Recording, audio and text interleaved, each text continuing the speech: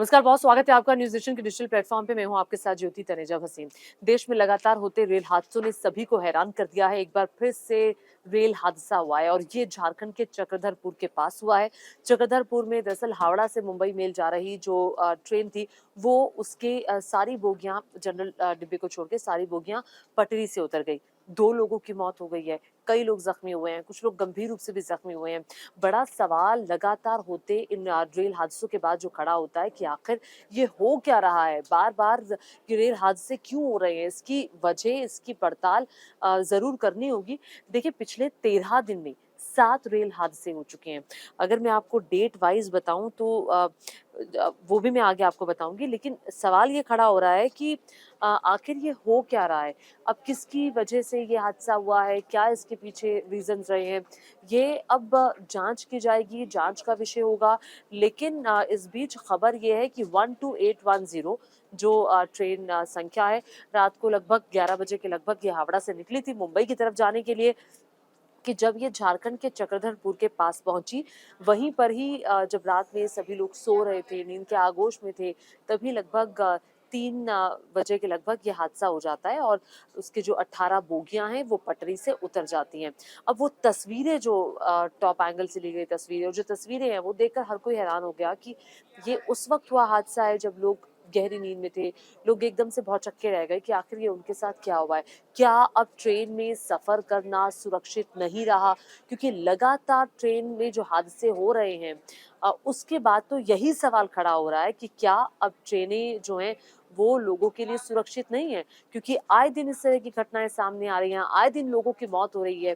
तो अब इस घटना में बताया जा रहा है कि 2 लोगों की मौत हुई है और कई सारे लोग ऐसे हैं जो जख्मी हुए हैं। ये दरअसल हावड़ा मुंबई रेलवे लाइन पर चक्रधरपुर के पास ही जो पुल संख्या 219 है, उसके पास ये हादसा हुआ है। जब और थोड़े दिन पहले भी यहाँ पर एक हादसा हुआ था। एक मालगाड़ी इसी ट्रैक पर डिरेल हो गई थी।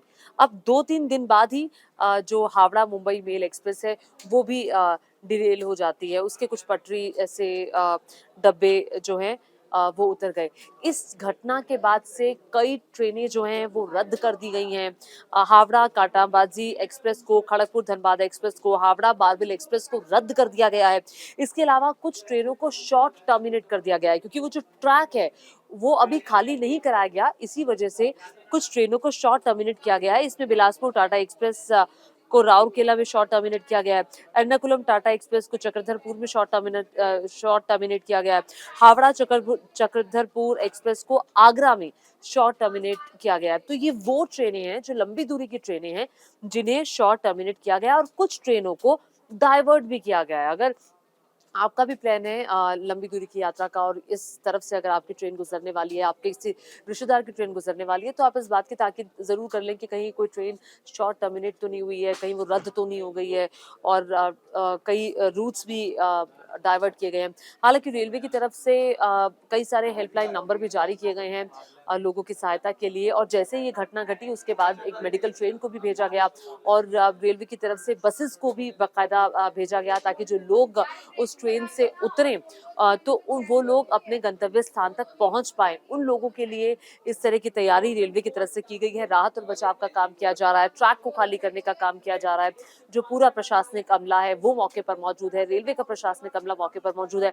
देखिए, रात का वक्त था, चूंकि रात के वक्त में जब ये हादसा हुआ तो सबसे पहले जो आसपास के लोग थे वो आए और लोगों को निकालने का काम उन्होंने शुरू किया क्योंकि पहली प्राथमिकता यही होती है कि जब कोई फंस जाता है कि उसको निकालने के लिए। अब जो बड़ी बात ये है कि कौन-कौन से हादसे हुए हैं पिछले 13 दिन के दौरान, जिन 7 हादसों का मैं ज़िक्र कर रही हूँ। देखिए, 18 जुलाई को हुआ था यूपी के गोंडा का ट्रेन हादसा, वो आप सभी को याद होगा। 19 जुलाई को फिर गुजरात के वलसाड में ट्रेन हादसा हुआ था।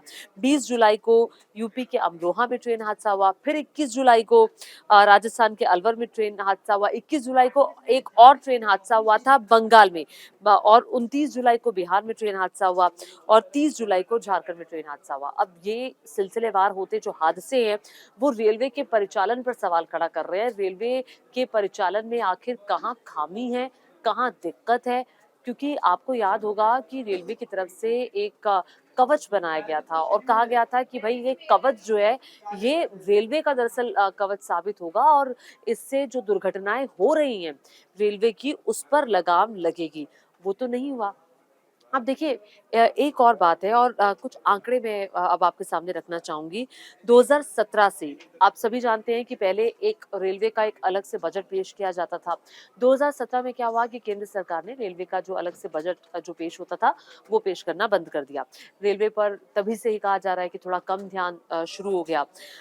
2014 के मुकाबले अभी मौजूदा वक्त में रेलवे में कम यात्री अदिति आ जाइए 2014 के मुकाबले कम यात्री अभी चल रहे हैं 2019 के मुकाबले कम यात्री ट्रेनें मौजूदा वक्त में चल रही हैं और 2014 के मुकाबले रेलवे का ऑपरेटिंग रेशो भी खराब हुआ है ये भी मैं आपको बताऊंगी कि ऑपरेटिंग रेशो कैसे रेलवे का खराब हुआ है देखिए 2013-14 में यात्री संख्या जो थी वो 840 करोड़ थी 840 करोड़ लोग सफर करते थे 680 करोड़ अब वो रह गए हैं अब कोरोना वायरस के झटके के बाद रेलवे अदिति उस चीज से उभर नहीं पाया जितने यात्री पहले सफर करते थे और जितने यात्री अब सफर कर रहे हैं उसमें अंतर है और जो ऑपरेटिंग रेशो का मैं जिक्र कर रही हूँ जो ऑपरेटिंग रेशो पहले आता था और अब आता था पहले आप जब 100 रुपए लगाते थे 2013-14 में तो मतलब 100 रुपए कमाने के लिए आपको 93 रुपए 60 पैसे खर्च करने पड़ते थे लेकिन अब आपका ऑपरेशनल जो रेशो है वो बढ़ गया है वो 98 रुपए 60 पैसे का आ गया है लेकिन देखिए बुरी चीजें हैं तो अच्छी चीजें भी है एक अच्छा काम ये हुआ है कि पहले इलेक्ट्रिकल ट्रेनें कम थी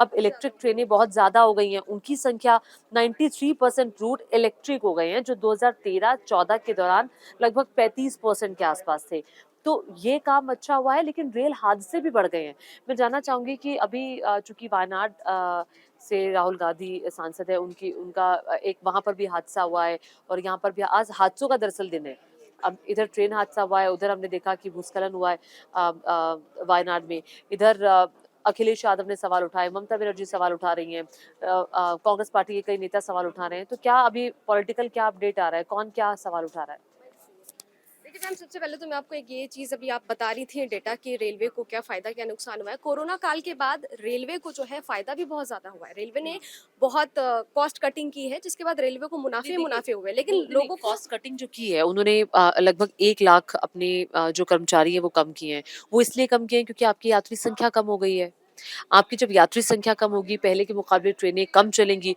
तो वैसे ही आपको कम लोगों की जरूरत होगी मैं सुविधाओं की कॉस्ट कटिंग की बात कर रही हूँ रेलवे ने सुविधाओं में कॉस्ट कटिंग की लेकिन जैसे कौन सी जैसे सुविधाएं पैसे बढ़ाए जैसे आपको 60 साल की उम्र के ज़्यादा के लोगों को पहले छूट दी जाती थी जो बुजुर्ग हैं जो ट्रांसजेंडर हैं हाँ उनको दी वो जाती ऐसा थी उम्मीद लेकिन कर रहे थे कि इस कि बार इस बजट बार में होगा लेकिन नहीं हुआ होगा लेकिन हुआ नहीं लेकिन एक रिपोर्ट जो आई थी सामने उसमें ये बताया गया था कि इसे रेलवे को जो है फायदा बहुत हुआ था कोरोना काल में ये कटौती करके पर जिस तरीके से हादसे लगातार सामने आ रहे हैं उससे देख के लग रहा है कि रेलवे जो है टिकट में पैसे तो बहुत लेती है वेटिंग में भी बहुत अभी तो रेलवे में ऐसे जिस ट्रेन में हादसा हुआ है उसमें कई लोग ऐसे होंगे जो जिनका रिजर्वेशन नहीं होगा जो वैसे ही सफर कर रहे हैं तो ये आंकड़े भी हैं नहीं आएंगे उनके वो आंकड़े तो आएंगे ही आएंगे ही नहीं नहीं वो आएंगे हाँ ही नहीं क्योंकि रेलवे ट्रेन कम है लोग ज्यादा है यात्रा करना है और एक्सीडेंट पे एक्सीडेंट्स हो रहे हैं और नहीं आप एक एक और चीज है क्योंकि देखिए हम पिछले 13 दिन के दौरान अदिति 7 हादसे हुए हैं और अगर आप पिछले कई दिनों को उठाकर देख लेंगी तो ये हादसे आपको सुनने को मिल जाएंगे एक